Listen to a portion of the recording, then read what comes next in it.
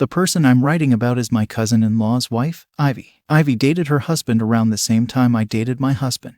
My husband's family is rich, I would say. They own several houses and restaurants and live off the rent. My husband is said to inherit it all. This is where the story goes down. Ivy found out that her boyfriend at the time, my cousin-in-law, has a rich uncle. She started to come over frequently to my in-law's house with her boyfriend and cook food for them and just talk about random things. She was successful in getting them to like her. I was introduced to Ivy during a visit to my in-law's house. She was nice in front of everybody, but when I went to help her cook in the kitchen, she gave me the stink eye and ignored me. I accidentally got pregnant and my husband, then boyfriend, said we should start a family and proposed. Word got out and everyone was happy for us. Ivy asked how old I was and I told her I was only 20. She made some comments on why I would get pregnant at such a young age when I should be in school. She also said she knew what I was after. When I asked what she meant, she just turned and walked away. At our baby shower, Ivy announced that she just found out she was pregnant too and her husband and her have officially signed marriage papers. Ivy said she was a young mom, 22,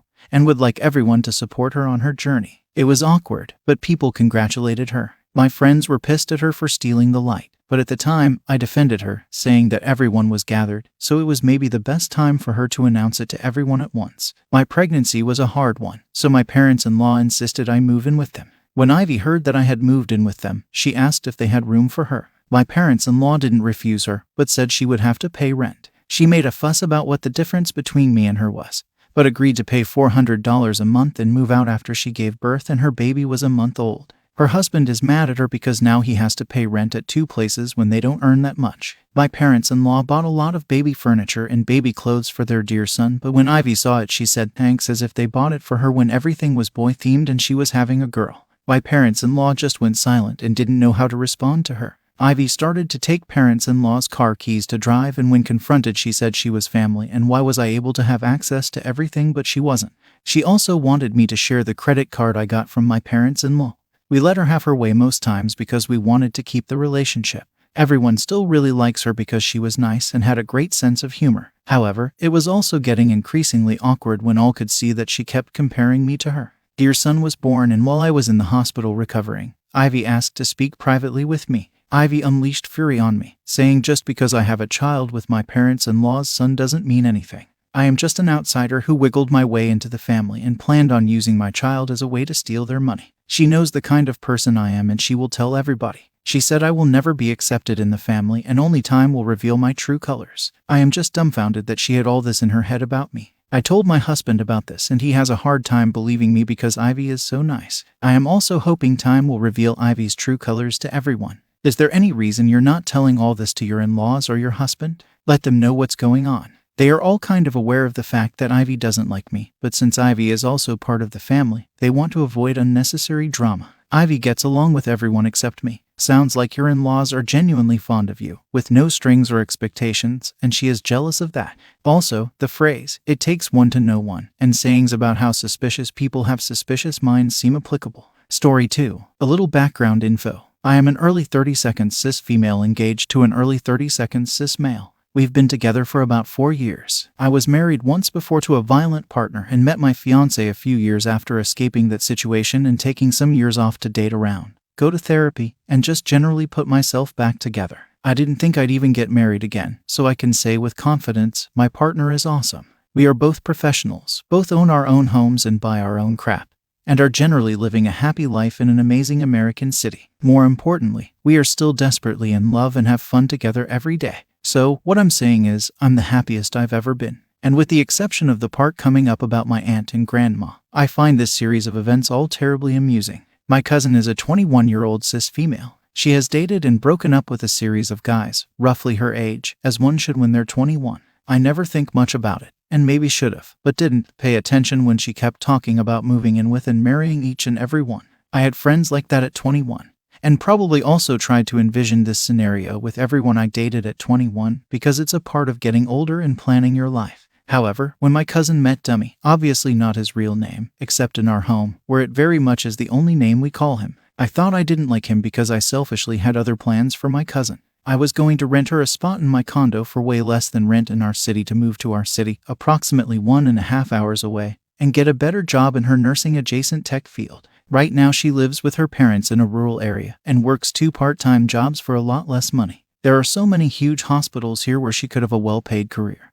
And I had an easy avenue to help her get started in a new city. I have had a lot of great female mentors in my life, and I try to be one now to young women I love as well. However, every time she'd get close to making this move, which she originally had approached me about, and always claimed to want to do it, but in retrospect, always after a breakup, so maybe she was just vulnerable. I want something better than this place each time, which is understandable. She'd start dating some new guy. Whatever, you can do what you want, but I wanted her out of that tiny town with no prospects and into a career, which again, in retrospect, isn't fair of me, because her life is her own and yada yada. This time was no different. Enter Dummy. Dummy and she went for it fast. They met and started dating in September. My fiancé, then boyfriend, was hinting at proposing around that time, and now suddenly, Cousin and Dummy were also, according to my aunt. I thought it was just more young stupid love. Dummy didn't even work. No way he was buying a ring. Well, Dummy already had a ring. He had been engaged to another girl the year before, having postponed Christmas, and that broke up around July-August. Then, he met my cousin a month later. Dummy is also 21, if that helps you visualize. I'm sure you can imagine what happens next.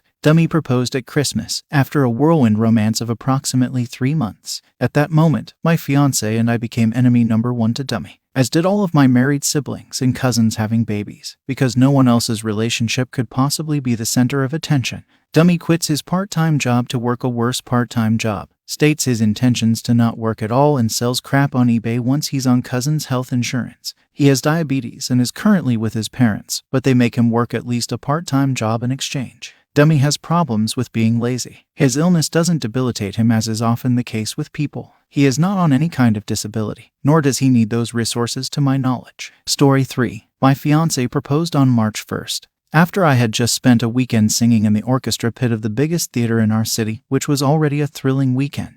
I literally walked out of the stage door after the last matinee and hopped in the car to go. What I was told was a late anniversary dinner, since we had been so busy all winter and hadn't celebrated our 3 years. He also worked with my best friend to get about 20 of our friends there and made the proposal an immediate engagement party. It was magical. Anyway, Dummy and cousin immediately canceled plans to come to a big family dinner that month for Easter. Moot point, since quarantine happened like 2 weeks later. My aunt, her mom, wanted a photo of my ring since I didn't post it on social media. I texted her. I assume she sent it to my cousin, because I literally got deleted on every social media platform that night by my cousin. Weird, but whatever. My aunt is then enlisted to ask questions about our wedding planning. I like talking to my aunt about it, but soon realized that it's causing problems. My aunt and uncle took out a mortgage on their paid-off house to pay for a Dummy and cousin's wedding scheduled for this fall, which is getting crazier and crazier as it goes. I stopped talking to my aunt in specifics about mine and just turned the conversation back to cousin each time it came up.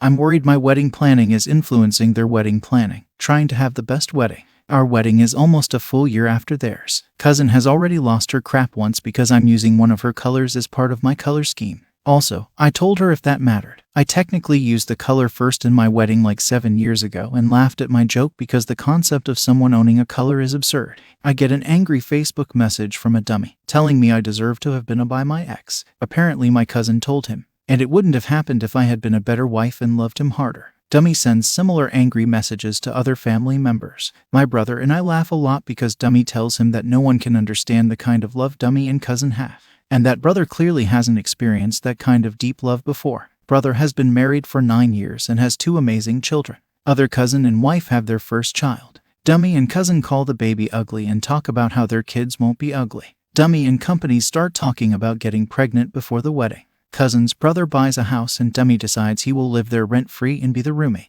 Cousin decided to move in too. Her brother is rightfully against that and tells them his house is not their love nest and there are rules. They don't like that. Now both of them are living with my aunt and uncle. Dummy and cousin adopt a puppy. My aunt takes care of the puppy. Dummy kicked cousin's 3-year-old niece out of the flower girl role in their upcoming wedding and called that 3-year-old girl a bee. Cousin tries to get a home loan and buy a house and can't get approved because she's 21. Has no credit, and works 2 part-time jobs. She screams and rages at my aunt for days, and my aunt ends up back in the hospital having suffered a heart attack a couple of months prior. Aunt ends up needing some more work done to her heart. I'm sure it is completely unrelated to the stress of Dummy and cousin. Cousin's dad gets furloughed at work for a few weeks due to quarantine. Dummy and cousin tell him and my aunt they aren't losing a cent of their wedding budget. Cousin goes to my grandma and asks her to sign paperwork so grandma's house can be signed over to her and offers to pay $30,000 for it in monthly installments. My grandma has no concept of modern money. Grandpa did everything and died a few years ago. We've always stepped in when she needed a new car, home repairs done, etc. so she doesn't get swindled. She thinks $30,000 is low, but probably not that low, as she thinks the housing market still exists circa 1975. Cousin is the youngest and the only one that hasn't bought a house. So she thinks it'll probably be okay and that money can get split between her 2 daughters and brother plus me. Our mom died when we were teenagers, so we split her third 2 ways in the estate. Doesn't even matter because grandpa had Alzheimer's and was in a nursing home for a couple of years, so the state will get most of it anyway. We just want grandma to have a happy life. Other aunt begs her not to sign anything yet and gets the house appraised. Grandma's house is worth $120,000. Dummy and cousin are angry because they wanted to buy the house and sell it out from under grandma and keep that profit, but someone found them out. We decide we won't accept a penny under $120,000 from Dummy and cousin, and grandma is mad at them. She also begins calling real name Dummy. There is so much more, especially with the wedding stuff. The dress and rings are their own sagas. When it comes to this entitled couple, right now, we are kind of hoping their wedding can't happen due to a pandemic, and my aunt gets a refund. Miracles happen. I like the way your grandma, despite her cognitive failings, managed to latch onto calling him Dummy. I do have a possible solution. Tell them you changed your mind about the house, give them a lot of paperwork to sign, but slip in a consent form for each of them to get a lobotomy. They'll stop, well, everything.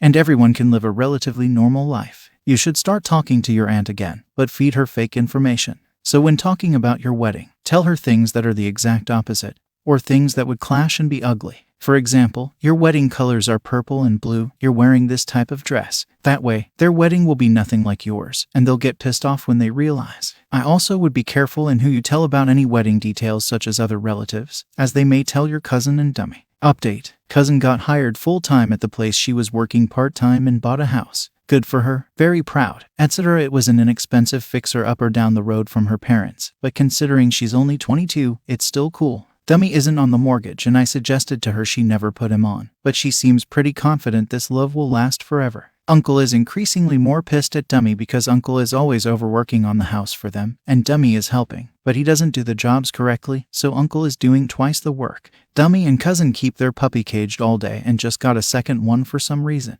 Dummy quit his job to work on the house. Cousin's wedding shower happened, and it was discovered through one of the games that they don't know that much about one another. Aunt told me at the shower that Dummy told cousin he wants her to be pregnant at the wedding and have a baby right away. Apparently, he thinks that's the most romantic thing ever. Now she's stuck with him forever. Dummy and cousin sent out wedding invitations and are still planning to proceed with their indoor fall wedding with 200+ guests despite an international pandemic. Aunt told me that anyone who declines to come will just really prove they don't love their cousin. My fiancé and I are going to stand or sit in the back of the ceremony and opt out of the reception. My grandma is coming with us because that is also what she wants to do. I think that's it for now. I'll update again as we march closer and closer to cousin, sealing her fate of forever paying a deadbeat alimony. Paying a deadbeat alimony.